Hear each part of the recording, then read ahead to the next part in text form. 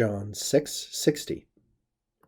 Multi ergo audientes ex discipulis eius dixerunt, durus est hic sermo, quis potest eum audire?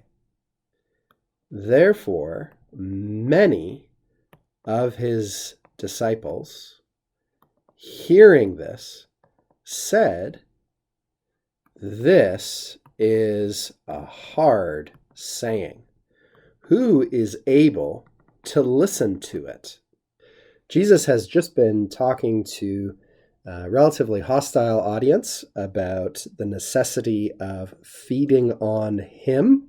He's just compared a few verses ago the process of feeding on him, on the Messiah, for the purpose of enjoying eternal life. He's been contrasting that with the manna, the bread from heaven that the Hebrews ate in their desert wanderings. And we've just been told also by the evangelists that this all happened in the synagogue in Capernaum. And now we see, or hear rather, the reaction, not just of those who are hearing Jesus who happen to be bystanders, but those who are his, or at least up until this point, are numbering themselves among his discipuli, his disciples, we might say. We usually do say in English, although this sometimes can obscure the root of this word. You can see it in Latin from discere, to learn, his learners. Students is probably a bit too formal. Followers maybe is a better way of translating it, but those who were being instructed by him, those who were pursuing him for instruction, out of their number, out of those who were his discipuli. Now we should understand, I think, from context that this is a group that is larger than the 12. This is a whole bunch more people than just those 12 apostles. Many from them, okay, so first of all, we've got to take this whole phrase, ex discipulis, together with multi. Many from them, in English idiomatically, we would say many of them, hearing, literally, and this is our present active participle from audio. We're going to see audio again at the end of the sentence here, fourth conjugation verb. Audientes, hearing these things. And this is a good time to remember that participles can do a bunch of different things in Latin, in all the different tenses.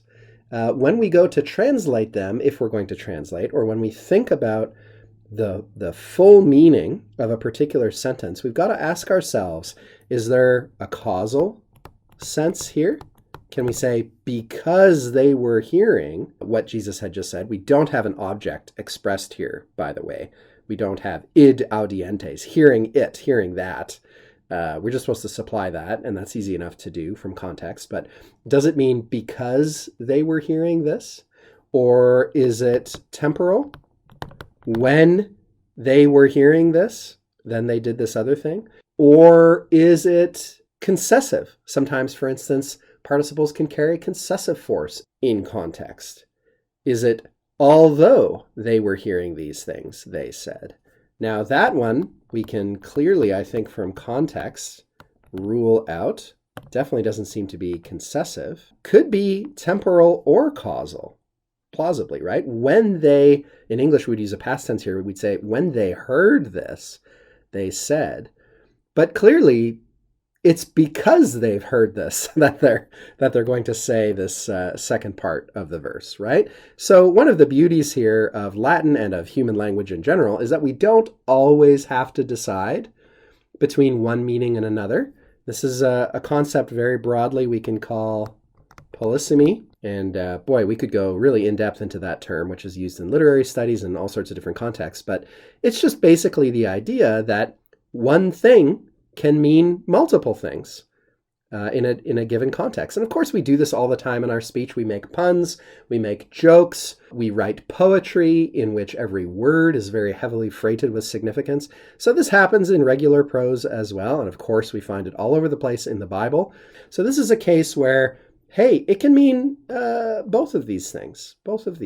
And there isn't really a clear reason to exclude one of them. We also want to notice that in the Greek text, this is actually an aorist participle, but it's not a past tense participle in Latin, it's a present tense one. And that works because it's dependent for its relative tense, its relative indication of time, on the main verb of its clause, dixerunt. And that's unambiguously a perfect tense form, right? Dixerunt, they said, third person plural, perfect active indicative. Audientes doesn't mean they're saying this now in the present moment.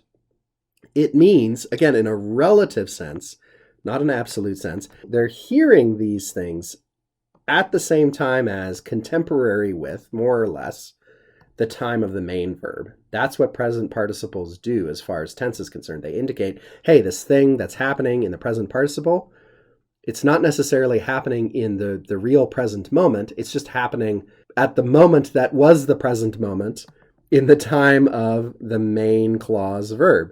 So at the time that they said this, that's the same time when they were hearing, or these things followed one another very closely, more or less at the same time. So many, therefore, from his disciples, I forgot to mention eios here, but it's modifying discipulis, obviously. Many among his disciples, therefore, and what do they say? They say durus, durus. This is a wonderful word in Latin. It's fun to pronounce.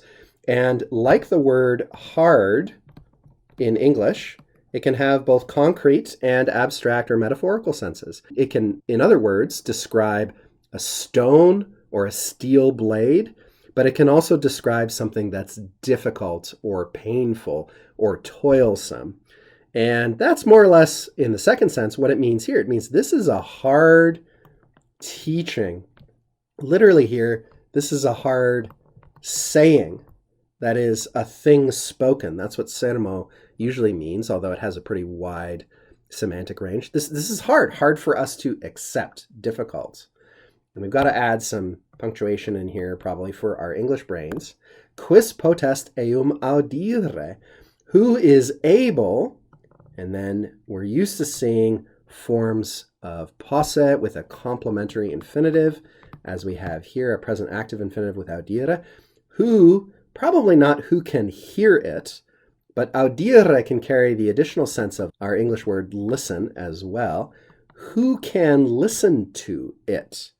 By the way, notice we say in English it, because a saying is an it in English, but a sermo in Latin needs a masculine pronoun in order to make the agreement clear. Okay, so in translation, we're saying it for eum. Don't be tempted to say him. Your brain might be tempted to do that if you were translating. But we just need to recognize eum is referring back to sermo, which is a masculine noun of the third declension.